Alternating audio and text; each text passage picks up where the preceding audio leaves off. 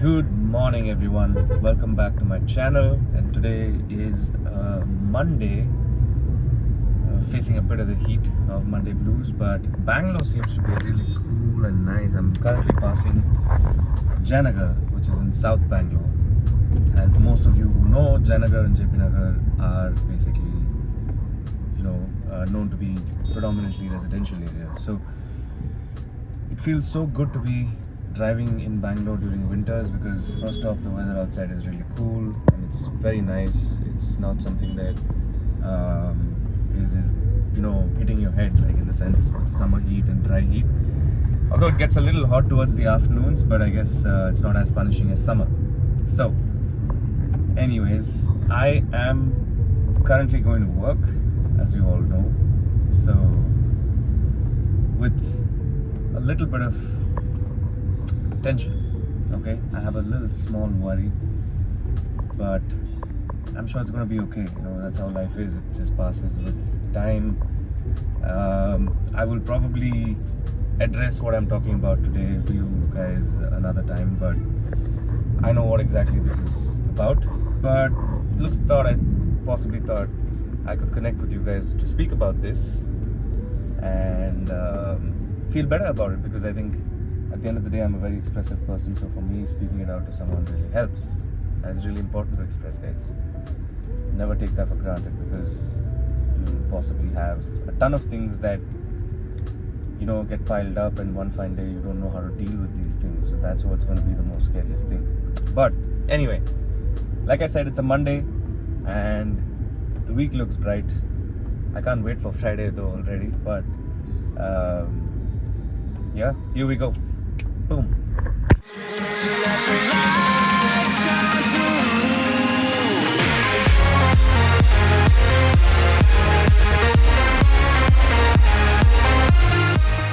As a lot of you know, I have been strongly contemplating to pick up a PlayStation Portal, which I spoke in my previous video on the Black Friday sale day.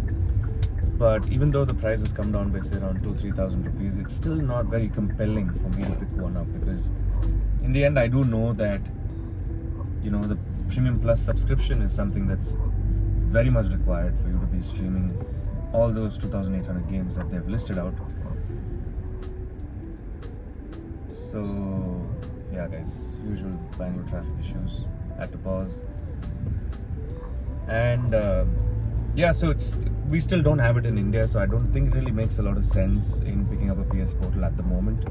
A lot of the people who've owned one have told me that they are liking it for sure, but they're not too sure if it's something they would recommend at the moment for anyone else. Although I really loved how it looked and how it really played out. So I do strongly believe, like I said, that I should wait it out until we have some more clarity on that. But let's talk about some whiskeys now, guys. Some news that I wanted to share from one of my most favorite brands in single malts, which is Paul John, as you know. Give me a sec. Right, so as we're nearing Christmas, Paul John has an annual release, which is just absolutely yummy and delicious, yeah? So the Paul John Christmas edition 2025 released 2 or 3 days ago. It is by far one of the most amazing finishes that I've ever heard of. The magic of Mr. Michael D'Souza has yet again blown people's mind, and I can't wait to get my hands on it. I've already tried the liquid though, mind you, and it was fantastic.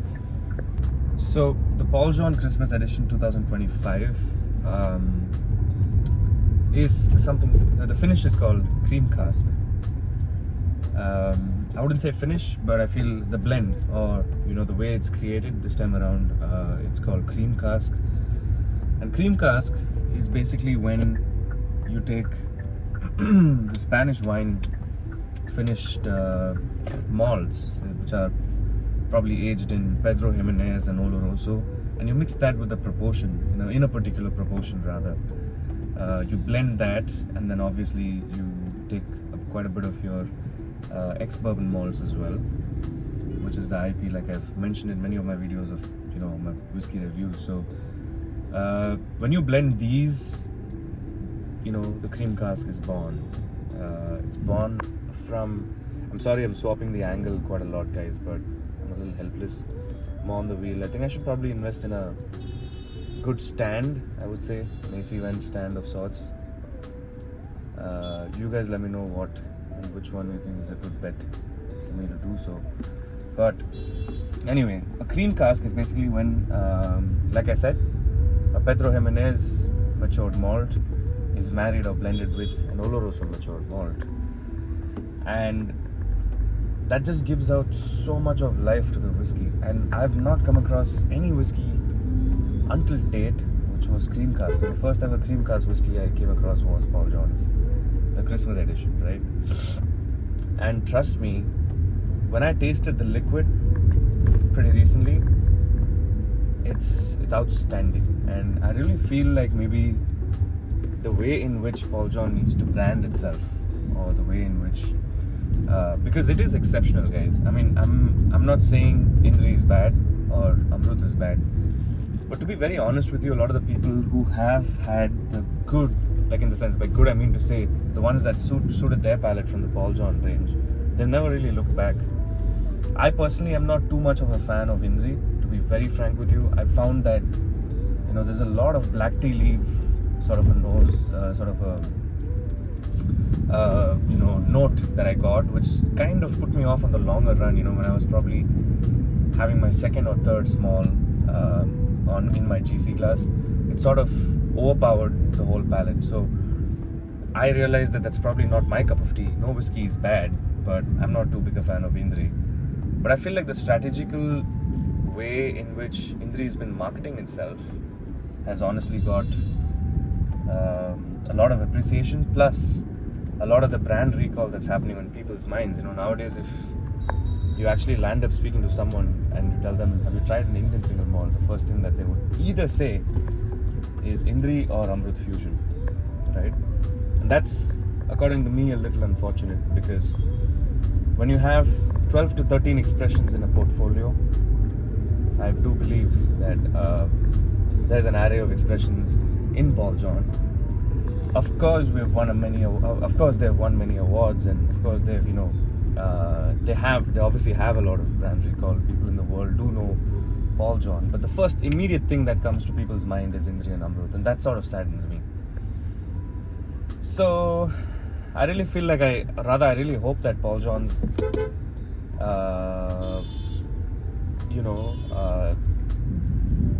the brand comes out a lot more, it comes to life. And if you guys see, I'll probably see if we can put an image here, but if you must take a look at how the Christmas edition 25 looks, it is outstanding, guys. I can't really complain because I love blue as a color, and this time around it's blue. And the cream cask, like I said, was very sweet, very Christmassy as usual.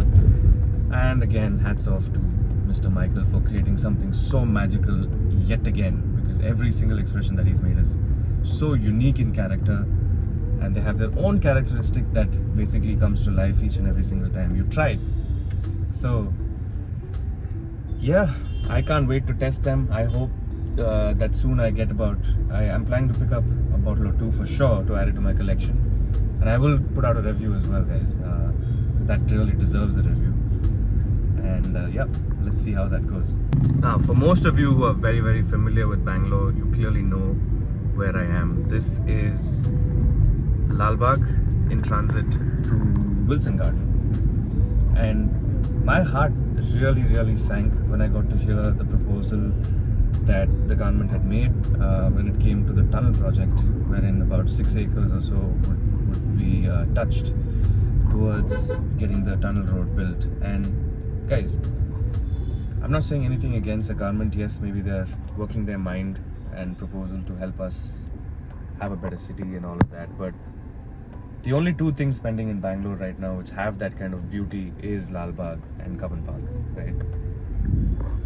Believe me or not, I think a lot of people come down to Bangalore also or every single Sunday people wake up early in the morning just to go to Cubbon Park and play, with their dogs and things like that. So when you have such iconic places, I don't really think that we must go touching them, right? See, that's Lalbagh, guys. How beautiful and pretty.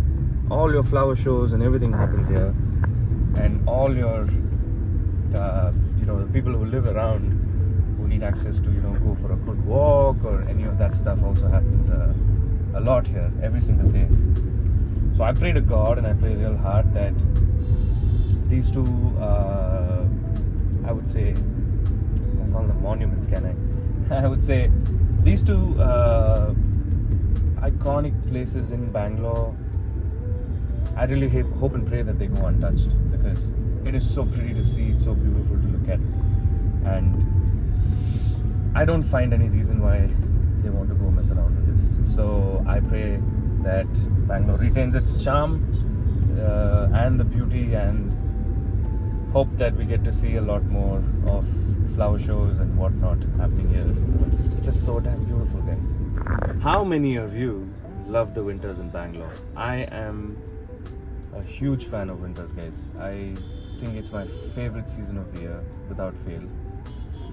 And unfortunately, over the past couple of years, we only get winters for about 2 or 3 months. And early on, when I possibly, from what I remember back in the 2000s and early 2020s, we used to get like 4 or 5 months, guys. I mean, I remember it used to start post Diwali and go on until about March. Of course, March is the summer season, but it was beautiful. I mean, now you see November, December, Jan, and then Feb again, the whole city starts heating up, which is a little too sad to see, because time flies during this season. Again, it's festive. We have Christmas coming around the corner, there's New Year's, and oh, guys, if you guys know this place, Madhu Tire Care or Madhu's Tire Center, do not go anywhere else. I think they have the best collection and suggestion, and the kind of machinery that they have really stunned me. So we recently changed tires on one of our cars, and we put Redestein for this time, or Redestein, however you pronounce it. But those tires are fantastic. We took a chance because obviously we've been very familiar with Bridgestone, Michelin, and all of these. But trust me, if you guys haven't tried Redestein, you must try it out in your vehicle. I think the road grip, both wet and dry conditions, is fantastic, guys. Obviously, the first 500-600 kilometers, I just sort of waited in to break in with the tires, right? It's very important because it's new rubber at the end of the day. But post that, it just stunned me. I mean, and I'm thinking of even getting the same tires on my Duke. Of course, the scooter, my Aprilia, doesn't require those fancy kind of tires. But yeah, okay, another thing, the Aprilia has really bowled me over. I've been having the scooter for about 8 years now, 7 or 8 years now, and you won't believe how it has blown my mind when it comes to all kinds of weather. That's number one, because it is so stable, and there's always something unique and nice about these Italian makes, right? Because of course the KTM is deadly, it's amazing, no two ways to that. And for those who have been reaching out to me saying, are you going to sell your Duke? I'm not, guys. She's going to be there with me for however long it's possible. But like I was saying, the Aprilia is again a scooter that really stunned me. I have noticed in many scooters where, of course, I understand the idea at the end of the day is comfort and peace of mind when you commute. The Aprilia is a lot more sportier. I haven't ridden the Aerox, but I've heard that it's Yamaha at the end of the day as well, right? I mean, it's a liquid-cooled engine in a scooter, and it makes me go bonkers when I think about it. But we have so many scooters that have released in that segment of 150 to say around 180cc now, with Aprilia's 175 being the most recent launch. And I've seen 2 bikes on the road, 2 scooters on the road, but trust me, all of them are fuel injectors, which is fine, I guess, your BS6 norms and all of those things, but the carburetor sounds fabulous. And again, that's one thing that I have. So an interesting story behind this is, when I'd given my scooter for service the last time, I sometimes, if I'm just too lazy, I call in for the pickup and drop services, where people would come in and they would obviously, like the name says, guys. Okay, you understood. So the guy who came to drop the vehicle off in the evening, okay, when I went down in my apartment to pick it up, he said, "Sir, do you have any plans at all to sell your scooter? And if you do, here's my number." Because the current gen scooters that we have or that we're getting right now are nowhere close to how yours sounds and feels.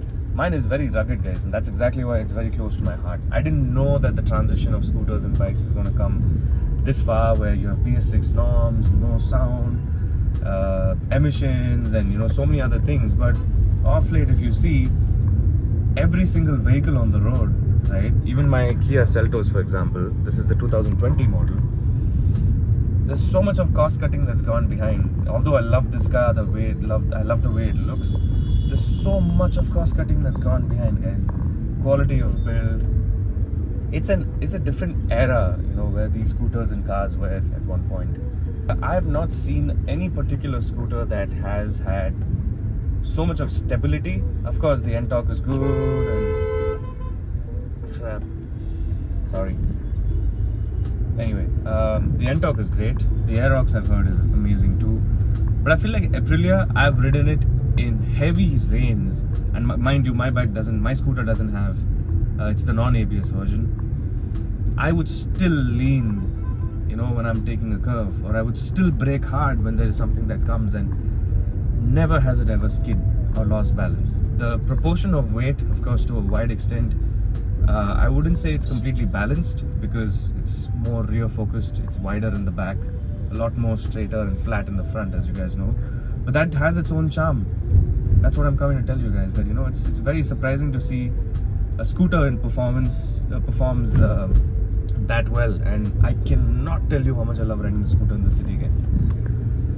It is, the last couple of months for sure has been a lot of rough use. By that I mean to say, I hardly, like I told you in the first video of the Bangalore Drive edition, I hardly use the car off late, excepting at times when I know that the traffic is going to be least.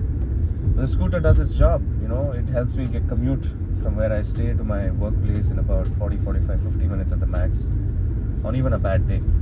You can't get that sort of luxury in the car in a place like Bangalore, at least right now. So, how many of you have the more recent Aprilias? You can let me know in the comments below. And I'm yet to test out the Aprilia 175, even though it sounds so tempting. But trust me, guys, I know it still has that charm of an Aprilia for sure. But I heard the scooter and I was not... Obviously, I can't compare it to mine because it's a different Bharat stage on the whole. But mine has its own charm. And I've ridden only like 11,000 kilometers until now, until date. And she's a beauty too. So I won't be upgrading my scooter or my bike. Bike, of course, I have some plans in mind. I won't be upgrading, but I'll just be adding something into the garage, because I can never live without my Duke. That's something that a lot of people agree with me on, because the current Duke again may perform really well, but I'm not sure how much it's up to the mark. I'm now passing the infamous Residency Road, and like I said, guys, winters in Bangalore is an absolute beauty. It looks so gorgeous right now, and I can only imagine how beautiful it looks early in the mornings, right? As in earlier than when I come. So anyways, I would love to hear from you guys if you think it's worth for me to pick up the PlayStation Portal. I know we spoke about many things, but the end goal of this video for me to put it out there is to ensure that I get the best of the best reviews from you guys, and possibly try and analyze if it's worthy enough for me to pick up a PlayStation Portal. Okay? So the person who really helps me out with that, I think I'll give that person a reward in whatever sense. So yeah, I am waiting to hear from you guys. I'm almost reaching my office now, so I'm obviously had a lot of fun doing this today with you. I hope you have a fabulous week ahead. Thank you so much for tuning in and watching until now. I'm Aditya, as you know. Please do subscribe, like and share this video with like-minded people. and we'll connect on the next one, hopefully on another Bangalore Drive edition this week. I do have a few other stuff coming up, but stick around, you will see all of that in the near future, guys. Thanks a lot for watching, as always. Take it easy, fellas. See you in the next one.